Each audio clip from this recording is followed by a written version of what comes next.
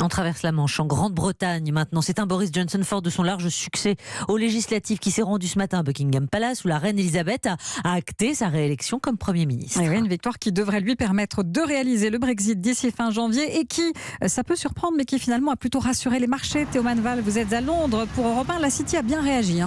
Oui, la plupart des indicateurs sont au vert ce soir sur les écrans des banquiers de la City. La bourse de Londres a bondi de plus de 3%.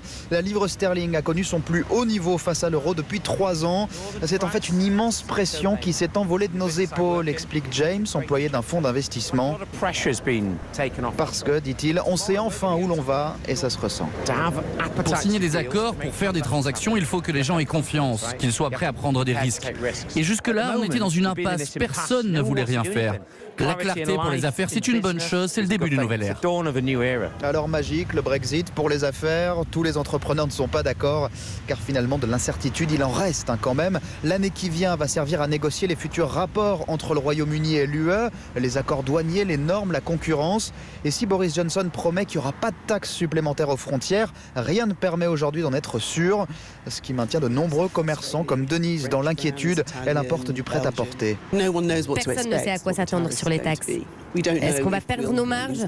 Chaque centime fait la différence. On a besoin du libre-échange. Cette industrie ne peut pas survivre sans ça.